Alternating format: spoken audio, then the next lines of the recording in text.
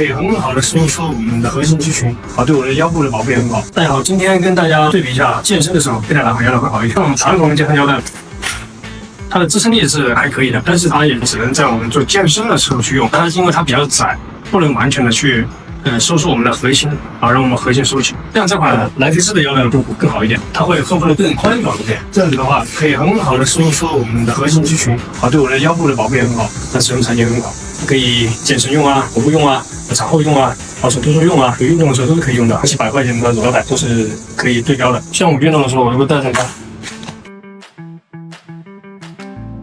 那这个的话，我感觉我的后背就没有那种特别的好的包裹的感觉，有些地方是空空的。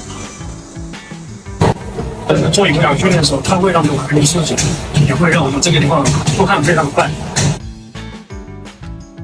它是非常透气的，有4根钢条，2个 PVC， 这个是不透气的。所以健身的话，还有日常的话，我更加推荐这个。